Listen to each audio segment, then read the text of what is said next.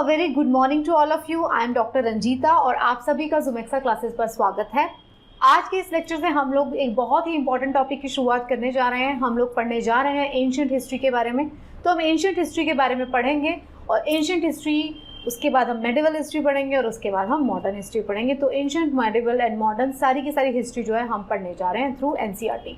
आपको इस सीरीज़ को पढ़ने से के साथ साथ ये जानकर बहुत ज़्यादा सरप्राइज आप होने वाले हैं कि आपके जितने भी सवाल हैं, चाहे वो प्री में पूछे जा रहे हैं, चाहे वो मेंस में पूछे जा रहे हैं, चाहे यूपीएससी पूछ रही है, चाहे स्टेट पीसीएस पूछ रहे हैं, असिस्टेंट कमांडेंट एग्जाम पूछ रहा है, एसएससी पूछ रहा है, या कोई भी गवर्नमेंट जॉब का एग्जाम आपसे सवाल पूछ रहा है, तो वो सभी के सभी सवाल as far as history as a subject is concern, सारे के सारे सवाल जो हैं आपके एनसीईआरटी से आते हैं। तो कुछ ऐसे टॉपिक्स होते हैं, फॉर एग्जाम्पल हिस्ट्री की अगर मैं बात करती हूँ जिसमें कि बहुत सारा कुछ नया ऐसे बदलता नहीं है, तो उसके केस में क्या होता है, आपकी सारी की सारी जो 100% ऑफ योर क्वेश्चंस जो होते हैं वो एनसीईआरटी से आते हैं। हिस्ट्री जो कि एक बहुत ही ज़्यादा इंपॉर्टेंट टॉपिक है आपके एग्जाम को क्लियर करने में, तो हिस्ट्री का एक थॉरो अंडरस्टैंडिंग होना आपके लिए बहुत ज़रूरी है। और जिन लोगों का हिस्ट्री के ऊपर कमांड होता है तो उनका एग्जाम निकलने के चांसेस बहुत ज़्यादा बढ़ जाते हैं। So let's start. अगर आपका कोई डिटेल सवाल है तो ये मेरा ईमेल एड्रेस है, आप मुझे मेल कर सकते हैं। ये मेरा इंस्टाग्राम हैंडल है और ये मेरे टेलीग्राम चैनल का लिंक दिया है। तो इस टेलीग्राम चैनल पर आपको मेरे सभी लेक्चर्स के पीडीएफ मिलते हैं जिनको आप रिवीजन के लिए डाउनलोड कर सकते हो। आपको इस टेलीग्राम चैनल पर मेरे बाकी के उन लोगों के लेक्चर्स भी मिलते हैं जो मेरे इस चैनल पर आकर आपके लिए वीडियोस बनाते हैं। तो सभी तरीके के वीडियोस आपको इस टेलीग्राम चैनल पर देखने को मिलेंगे उनके पीडीएफ्स के साथ। तो जैसा कि हम बात करने जा रहे हैं, हम पढ़ने जा रहे हैं एंशिएंट हिस्ट्री के बारे में। तो ये इस हिस्ट्री की क्लास का जो आर.एस. शर्मा जो हैं उनके द्वारा लिखी गई एंशिएंट हिस्ट्री की किताब है जिसको हम पढ़ेंगे थॉरोली। तो उस के चैप्टर नंबर 1 और 2 के बारे में हम पढ़ने जा रहे हैं। तो चैप्टर नंबर जो 1 है उसका नाम है इंपॉर्टेंस ऑफ एंशिएंट हिस्ट्री। तो चैप्टर नंबर 1 जो है importance of ancient history is a very small chapter, तो हम इसको एक स्लाइड में कवर कर लेंगे। बहुत डिटेल में हम बात करेंगे चैप्टर 2 ऑनवर्ड्स, राइट। मैं आपकी इस लेक्चर सीरीज में आपके उन्हीं सभी टॉपिक्स को कवर करने जा रही हूँ एनसीईआरटी से जो आपके एग्जाम के लिए इंपॉर्टेंट हैं। इस सीरीज़ को पढ़ने का फ़ायदा क्या होने जा रहा है, आप में से बहुत सारे लोगों को लगेगा कि हम सीधा एनसीईआरटी से पढ़ लेंगे या बहुत सारी ऐसी चीज़ें हैं और सोर्सेज हैं उनसे पढ़ सकते हैं। आप पढ़ सकते हैं, no doubt about it. But इस सीरीज़ में आज अगर आप पढ़ते हैं हिस्ट्री एनसीईआरटी को मेरे साथ में, तो मैं आपको बताऊंगी कि किस तरीके से एनसीईआरटी जो होती है थोड़े कॉम्प्लेक्स फॉर्म में लिखी गई हैं, तो हम उसको सिंप्लीफाई करेंगे, हम उसको एक स्ट्रक्चर्ड वे में प्रेजेंट करेंगे जिससे कि आपके ब्रेन को समझने में बहुत ज़्यादा आसानी होती है। तो पहला टॉपिक, पहला चैप्टर, पहले चैप्टर में दिया गया है कि इंपॉर्टेंस क्या है एंशिएंट हिस्ट्री को। अगर हमें बात करते हैं एंशिएंट हिस्ट्री की, तो एंशिएंट हिस्ट्री हमें पढ़ना क्यों है। तो एंशिएंट हिस्ट्री को इसलिए पढ़ना ज़रूरी है, हमें ये जानने को मिलता है कि किस तरीके से जब हमने एंशिएंट हिस्ट्री की बात करते हैं तो हम पेलियोलिथिक एज की बात करते हैं, मीजोलिथिक की बात करते हैं, नियोलिथिक की बात करते हैं, स्टोन एज की बात करते हैं, तो फिर हम ब्रॉन्ज एज में आते हैं, फिर Indus valley civilisation and Rigveda and everything, ये सब पढ़ते हैं हम एंशिएंट हिस्ट्री में।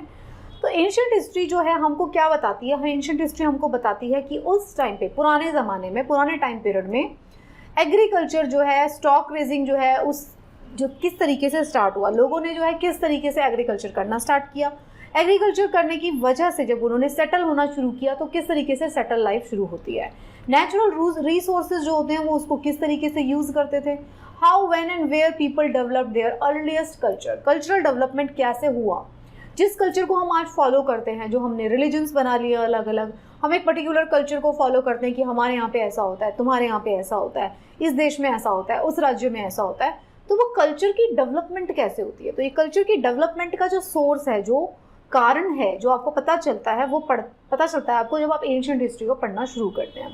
हम बात करेंगे कि लोगों ने किस तरीके से अपनी जीविका के साधनों को ईजाद किया, हम बात करेंगे कि उस टाइम में फूड, शेल्टर और ट्रांसपोर्ट के क्या मैकेनिज्म थे, हम बहुत सारी फार्मिंग कैसे होती थी, स्पिनिंग कैसे होती थी, इन सब चीज़ों के बारे में जानेंगे।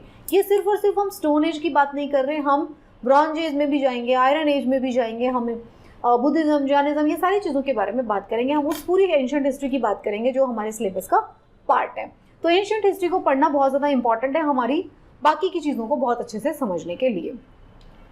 तो चैप्टर 1 जो था उसमें सिर्फ इतना ही था। यहाँ से हम चैप्टर 2 को शुरू करने जा रहे हैं। तो ये जो है चैप्टर 2 है।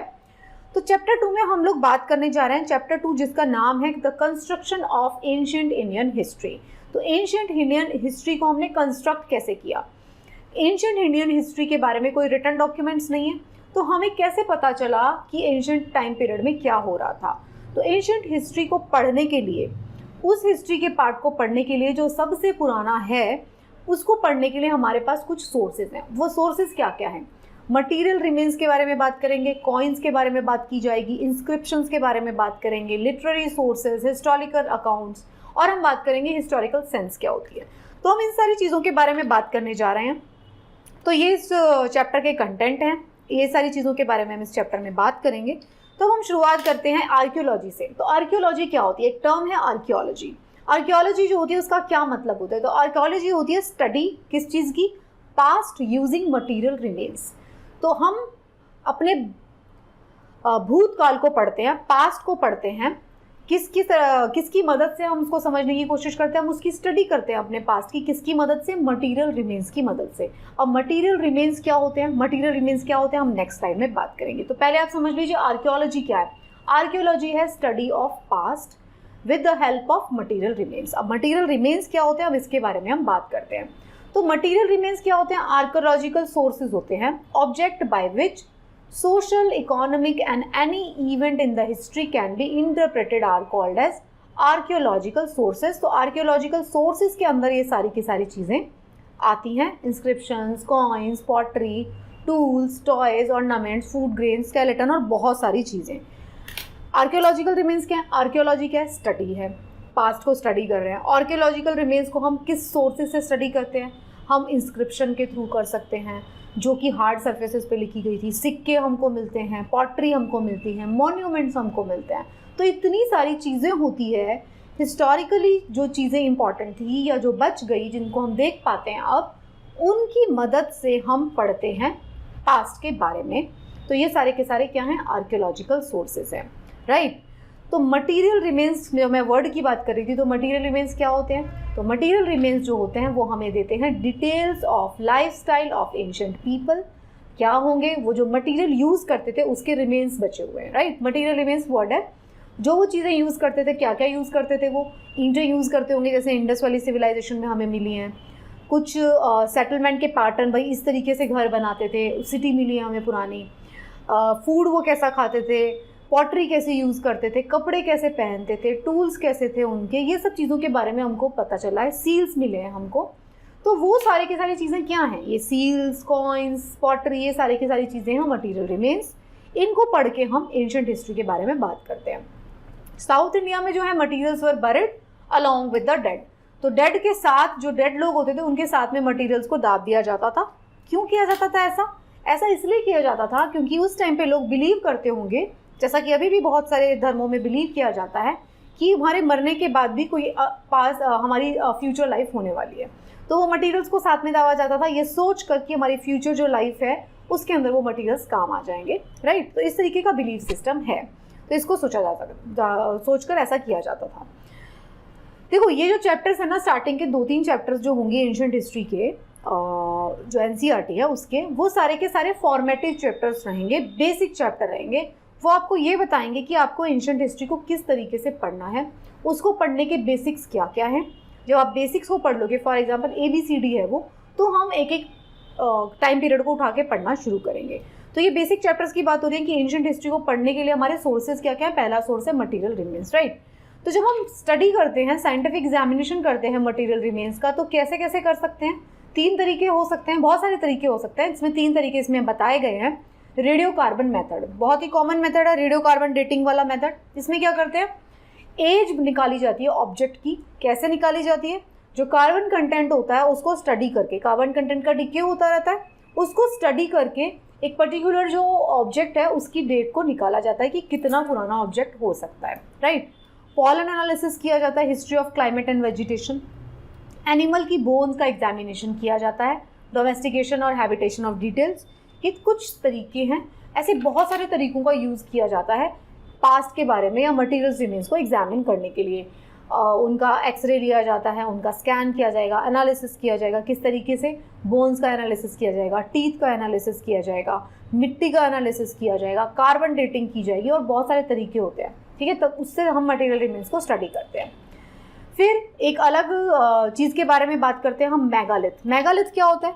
Megalith, lith means stone, mega means बहुत बड़ा, तो ह्यूज स्टोन्स। तो मेगालिथ होते हैं large stones use to cover structures mostly pits और burial sites in the ancient times. Ancient times में क्या होता था ना, हमने इसको क्लास 6 या 7 में भी पढ़ा था, मेगालिथिक बरियल साइट्स के बारे में पढ़ा था हमने। इसमें क्या होता था कि कुछ ऐसी साइट्स मिलेंगी, कुछ खड्डे होंगे, उनके ऊपर बड़े बड़े स्टोन्स रख दिए जाएंगे चारों तरफ, उस जगह को अलग से पॉइंट आउट करने के लिए। जैसे अगर आपको अभी देखोगे आप, अगर आपको किसी चीज़ को अलग से पॉइंट आउट करना है तो आप ऊंचे ऊंचे पिलर्स बना देंगे या कोई ऐसा स्ट्रक्चर बनाएंगे जिससे कि दूर से आइडेंटिफाई हो जाए। उसी तरीके से मेगालिथ्स क्या होते थे उस टाइम पे यूज़ किए जाते थे कि वो पर्टिकुलर जो साइट है वो अलग से आइडेंटिफाई हो जाए कि भाई यहाँ पे ये कोई स्पेशल इंपॉर्टेंट साइट है, तो वो मेगालिथ्स बोला जाता था उनको। तो पहला हम किसके बारे में बात कर रहे हैं, मटेरियल रिमेन्स के बारे में बात कर रहे हैं। तो मटेरियल रिमेन्स को स्टडी करने के क्या क्या तरीके थे, radio carbon, carbon method, pollen analysis, ये सब करते हैं हम। तो जो मटेरियल रिमेन्स होते हैं तो उसको हम दो तरीके से स्टडी करते हैं, या तो हम वर्टिकल डिगिंग करते हैं या तो हम हॉरिजॉन्टल एक्सकवेशन करते हैं। मतलब एक्सकवेशन क्या होता है, एक्सकवेशन का मतलब होता है खुदाई करना, खोदना और उन मटेरियल रिमेन्स को निकालना। क्यों खोदने की ज़रूरत पड़ी, क्योंकि जैसे जैसे टाइम बीतता गया, हम एंशिएंट हिस्ट्री की बात कर रहे हैं, तो जैसे जैसे टाइम बीतता गया जितने भी पहाड़ आपको नज़र आते हैं, जब हम ज्योग्राफी पढ़ेंगे तो मैं आपको अच्छे से समझाऊंगी कि जो भी पहाड़ आपको ऊंचे पहाड़ नज़र आते हैं वो जो है कुछ सदियों के बाद, कुछ हज़ार सालों के बाद क्या होगा, वो घिसना शुरू हो जाएंगे। फॉर एग्जाम्पल अरावली के बारे में अगर हम बात करते हैं तो अरावली जो है वो एक टाइम पर हिमालय जैसी होती थी, इतनी ऊँची होती थी अरावली। अब जो है अरावली माउंटेन्स बिल्कुल फ्लैट हो गए हैं। फ्लैट तो नहीं हुए, अभी भी माउंटेन्स है, लेकिन धीरे धीरे वो फ्लैट हो जाएंगे, कुछ हज़ार साल और बीतेंगे और वो बिल्कुल फ्लैट हो जाएंगे, ख़त्म हो जाएंगे। तो क्या होता है, एक्सकवेशन क्यों ज़रूरी है, जैसे जैसे जो पर्वत होते हैं, जो पहाड़ होते हैं, उनका इरोजन होता है तो मिट्टी में कन्वर्ट हो जाते हैं, वो मिट्टी जो है पूरी सरफेस पे आ जाती है। तो जो पुरानी साइट्स थी वो मिट्टी के नीचे दब चुकी हैं, तो इसलिए डिगिंग करके, एक्सकवेशन करके उनको निकालना पड़ता है। तो डिगिंग के दो मेथड्स होते हैं, वर्टिकल डिगिंग होती है और एक हॉरिजॉन्टल डिगिंग होती है। तो वर्टिकल डिगिंग क्या है, आपने एक डायरेक्शन में खोदना शुरू किया, ये क्या होगा, गुड क्रोनोलॉजिकल सीक्वेंस आपको मिलेगी। सबसे मान लीजिए ये एक वो है, आपने उसको काटना शुरू किया, यहाँ से ऐसे ड्रिलिंग शुरू कर दिया आपने, तो जो फर्स्ट लेयर मिलेगी आपको सबसे नई मिलेगी, उसके नीचे जो सेकंड लेयर मिलेगी वो और पुरानी, थर्ड लेयर और पुरानी, फोर्थ लेयर और पुरानी। लेकिन उससे क्या होता है, आपको अलग अलग टाइम पीरियड की लेयर्स मिलती जाएंगी। लेकिन हॉरिजॉन्टल डिगिंग में क्या होता है, हॉरिजॉन्टल डिगिंग जो फर्स्ट लेयर है आप उसी को हॉरिजॉन्टली यहाँ से डिग करना शुरू करोगे। मतलब अगर आप इंडस वैली को देख रहे हो तो आप इंडस वैली की पूरी साइड को हॉरिजॉन्टल डिग करोगे तो आपको पूरी सिटी का स्ट्रक्चर दिखाई देगा। वर्टिकल डिगिंग में क्या होता है, वर्टिकल डिगिंग में आपको लेस एक्सपेंसिव होती है क्योंकि एक ही जगह पे खोदना शुरू कर देते हो आप नीचे नीचे, बट आपको एक ओवरऑल पिक्चर नहीं मिलता। हो सकता है जहाँ पे आपने खोदना शुरू किया वो एक पर्टिकुलर तरीके का सिटी हो।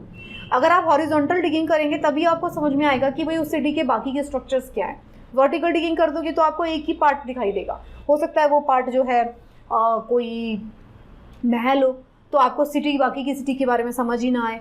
हो सकता है वो जो पर्टिकुलर जो है वो कोई पॉन्ड हो तो आपको कुछ पता ही ना चले कि यहाँ पे पॉन्ड ही होता था। तो हॉरिजॉन्टल डिगिंग जो है आपको एक हॉलिस्टिक पिक्चर देती है, लेकिन वर्टिकल डिगिंग जो होती है फास्ट होती है, वो आपको अलग अलग लेयर्स के बारे में बताती है। हॉरिजॉन्टल डिगिंग जो होती है वो हमेशा एक्सपेंसिव रहती है। तो ये एक्सकवेशन के दो मेथड्स हैं, vertical digging and horizontal digging. ये सब हम क्या टॉपिक्स पढ़ रहे हैं, हम ये सारे टॉपिक्स पढ़ रहे हैं जो क्लास 11 पुरानी जो एनसीईआरटी है, ओल्ड एनसीईआरटी आर.एस. शर्मा, उसके अंदर दिए गए हैं। मटेरियल रिमेन्स के बारे में अगर हम बात करते हैं तो सारी जगह पे हमको मटेरियल रिमेन्स नहीं मिलते। ये क्वेश्चन बनता है, पहले पूछा भी जा चुका है कि हमें क्यों जो है एक्सकवेशन की जो साइट्स हैं हमें पंजाब, हरियाणा, उत्तर प्रदेश का जो वेस्टर्न पार्ट है उसमें मिल रही हैं, हमें ईस्टर्न पार्ट पे क्यों नहीं मिल रही, और किसी ऐसे जो इलाके हैं वहाँ पे क्यों नहीं मिल रही ज़्यादा साइट्स।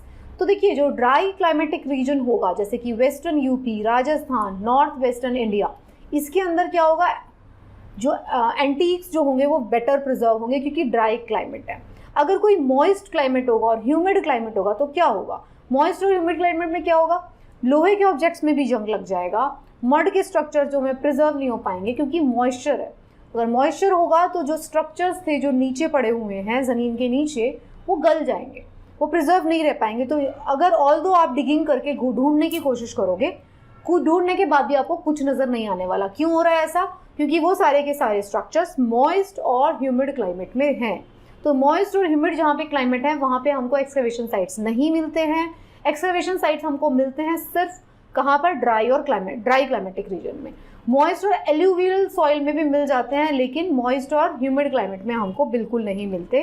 तो ये एक अंडरस्टैंडिंग है आपको। अगर मान लीजिए ये क्वेश्चन पूछा जाता है कि मेजॉरिटी जो वेस्टर्न इंडिया है उसके अंदर नॉर्थ वेस्टर्न इंडिया जो है उसमें आपको एक्सकवेशन साइट्स मिल रही हैं, नॉर्थ ईस्टर्न इंडिया के अंदर नहीं मिल रही। तो नॉर्थ ईस्टर्न इंडिया का क्लाइमेट ह्यूमिड और वेट है और मॉइस्ट है, तो इसकी वजह से वहाँ पे नहीं मिल रही, और ड्राई क्लाइमेट में हमको मिलती हैं एक्सकवेशन साइट्स। ओके, तो ये था पहला source which is material remain. Second हम बात कर रहे हैं कॉइन्स। कॉइन्स भी जो है, कॉइन्स क्या होते हैं, अलग अलग जो सिक्के, मतलब अलग अलग जो लोग हैं, राजा या नॉर्मल लोग भी कॉइन्स को यूज़ किया करते थे, राइट।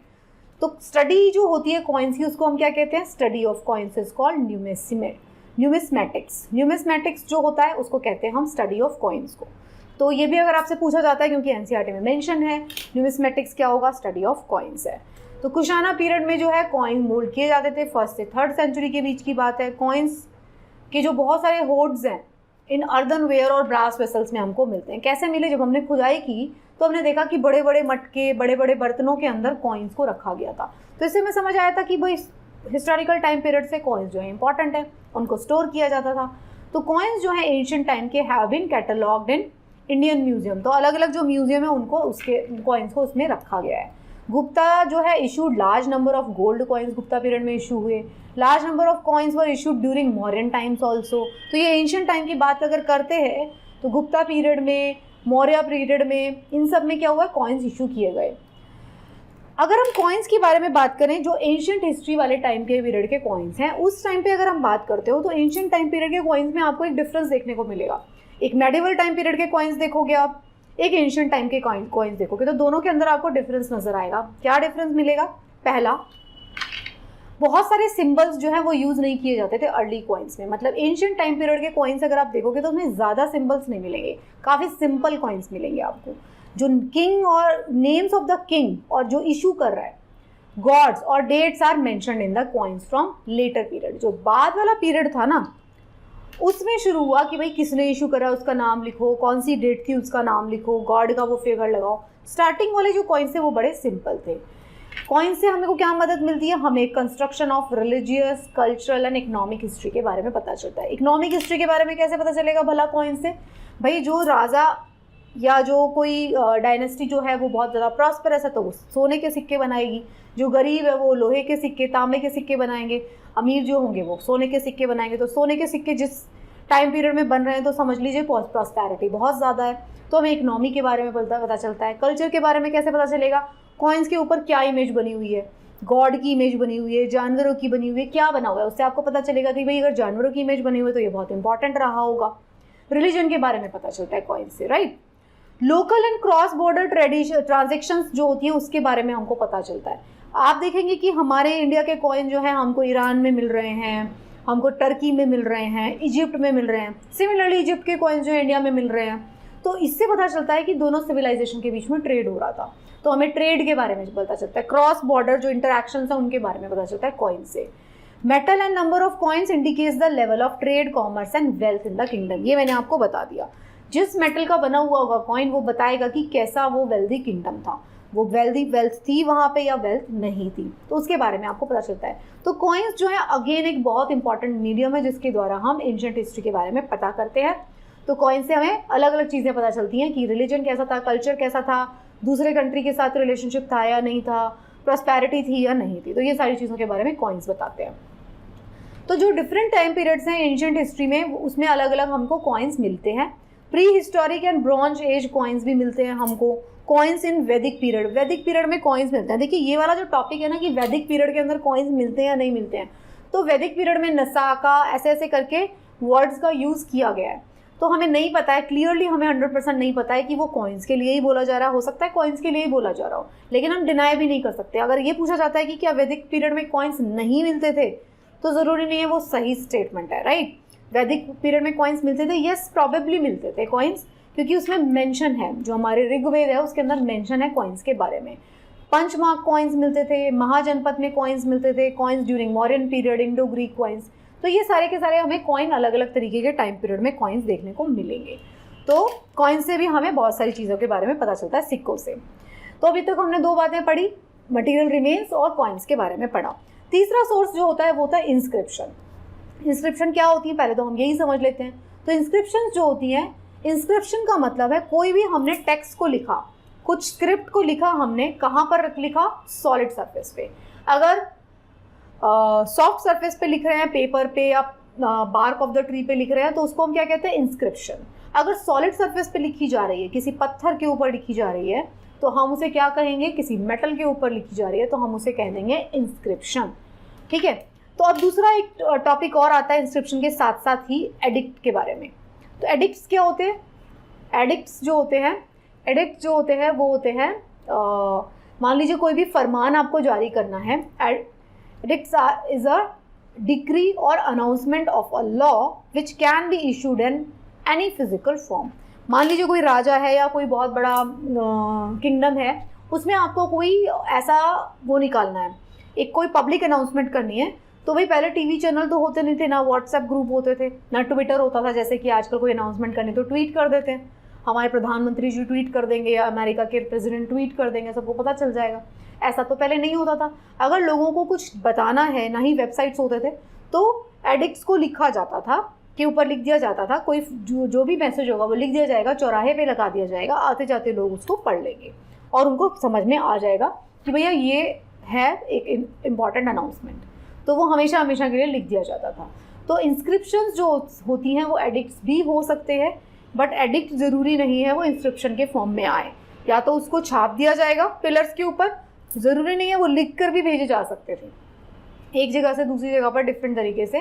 तो एडिक्ट जो होता है डिक्री और अनाउंसमेंट होती है, जिसको हम इंस्क्रिप्शन की फॉर्म में पिलर्स पे लिख भी सकते थे, तो ये उस फॉर्म में भी मिलेंगे। तो some inscriptions may contain edicts and some edicts may be issued और made available in form of inscription.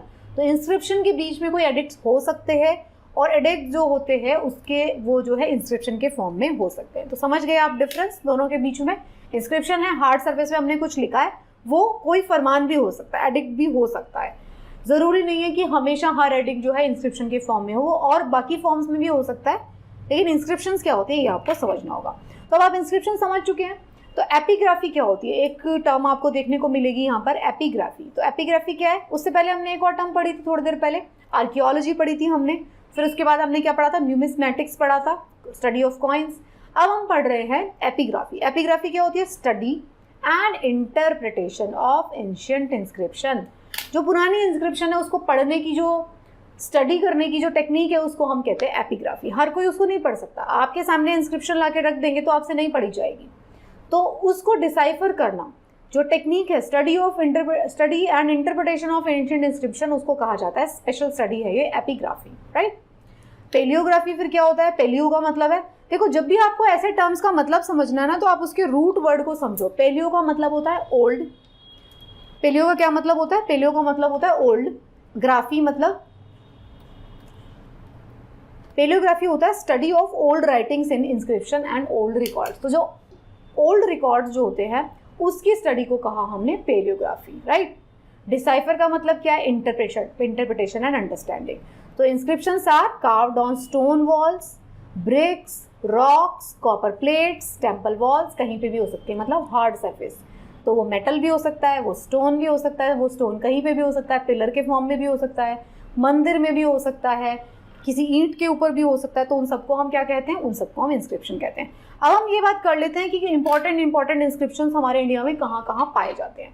तो इंडिया के अंदर बहुत सारे इंस्क्रिप्शन पाए जाते हैं, जैसे कि इंपॉर्टेंट इंस्क्रिप्शन के अंदर आता है अशोका एडिक्ट, कलिंगा, मास्की, जूनागढ़, मेहरौली, इलाहाबाद, नासिक, कलसी, आईहोल, ये सारे इंस्क्रिप्शंस हमको देखने को मिलती हैं। क्योंकि ये चैप्टर जो है फर्स्ट इनिशियल बिगनिंग वाला चैप्टर है, तो इन इंस्क्रिप्शंस के बारे में हम जहाँ जहाँ जिस से रिलेटेड है उसके बारे में बात करेंगे।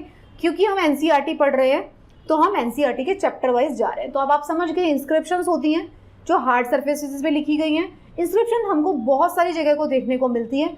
जैसे जैसे हम चैप्टर के डिटेल्स में जाएंगे हम उसके बारे में बात करते जाएंगे। ओके, इंस्क्रिप्शन जैसे मान लीजिए हम बात करते हैं अशोका के इंस्क्रिप्शन की। तो अशोका की इंस्क्रिप्शन की बात क्या थी? वो ब्राह्मी स्क्रिप्ट में लिखे गए। खरोस्की स्क्रिप्ट लिखी गई इंडिया के अंदर, ब्राह्मी स्क्रिप्ट लिखी गई इंडिया के अंदर, और खरोस्की स्क्रिप्ट भी लिखी गई। ग्रीक एंड अरमानिक भी लिखी गई north western India and Afghanistan में। अर्लीस्ट जो हमें मिलते हैं वो मिलते हैं हड़प्पन, अनडिसाइफर है इंस्क्रिप्शन, मतलब हड़प्पन टाइम पीरियड की इंस्क्रिप्शन भी मिलती है हमको, जो हार्ड सरफेस के ऊपर लिखी गई हैं, सील्स के ऊपर लिखी गई हैं, हमने उनको डिसाइफर नहीं कर पाए। डिसाइफर कब करना शुरू किया हमने? 3rd सेंचुरी BC से, जब अशोका का पीरियड स्टार्ट होता है। लैंग्वेज क्या थी उस टाइम पे? प्राकृत, जब हमने जिसको डिसाइफर किया। Ashoka pillar inscriptions were found by Firoz Shah Tughlaq in Meerut. तो फिरोज शाह तुगलक जो है मेरठ में सबसे पहले उनको अशोका की इंस्क्रिप्शन मिली थी। ठीक है, ये कुछ फैक्ट्स है। टाइप्स किस किस तरीके की इंस्क्रिप्शन हो सकती थी, मतलब इंस्क्रिप्शन के ऊपर क्या क्या लिखा जाता था? रॉयल ऑर्डर लिखाया जाएगा, कोई डिसीजन मिला हुआ है वो लिख दिया जाएगा, फिर राजा का कोई ऑर्डर है उसको लिखवा दिया ताकि सारे लोग पढ़ लें। Records religious like pillar tablets के फॉर्म में जो रिकॉर्ड्स है उसको दिखाया जाएगा। अचीवमेंट्स लिखी जाएंगी रूलर्स की, कोई डोनेशंस दी गई हैं वो सब लिखी जाएंगी। तो ऐसी ऐसी चीज़ें जो राजा चाहता था कि सारे लोगों को, सारे आवाम को जानने को मिले, उन सबको इंस्क्रिप्शन के ऊपर लिख दिया गया। Donative records like land grants. Inscriptions gave information about regional regnal years. Okay, जो राजा का रेन था उस टाइम पे, जो राजा का राजपाट चल रहा है, उसके जो साल थे उसके बारे में बताती है, वॉर्स के बारे में बताती है, डोनेशंस कोई दिए गए तो उसके बारे में बताती है, वहाँ के रिलीजियन कैसा था उसके बारे में बताती है। राइट, तो ये सारे जो हैं, अभी हमने 3 सोर्सेज के बारे में बात किया। इस चैप्टर को हम पार्ट 2 में फिनिश करेंगे। पार्ट 2 में हम लिटरेरी सोर्सेज की बात करेंगे और फिर हम बात करेंगे कि इंडिया के ऊपर क्यों ब्लेम लगता है कि वो उन्होंने हिस्टोरिकल रिकॉर्ड्स को अच्छे से क्यों नहीं रखा, ऐसा क्यों कहा जाता है। तो ये सारी चीज़ों के बारे में हम इसको बात करेंगे और पार्ट 2 में हम इस चैप्टर को ख़त्म करेंगे। आई होप ये चैप्टर आपको समझ में आ रहा है अच्छे तरीके से। इस चैप्टर को पढ़ना बहुत बहुत इंपॉर्टेंट है। एंशिएंट हिस्ट्री की सारी प्रिपरेशन आपकी इस NCERT से हो जाएगी, चाहे वो प्री की बात हो चाहे मेंस की बात हो। आपके सारे तरीके के सवाल जो है इसी NCERT से सॉल्व होंगे। So thank you so much for watching. Classes पसंद आ रही हैं तो आप बाकी लोगों को भी ज़रूर बताएं and best of luck for your preparation.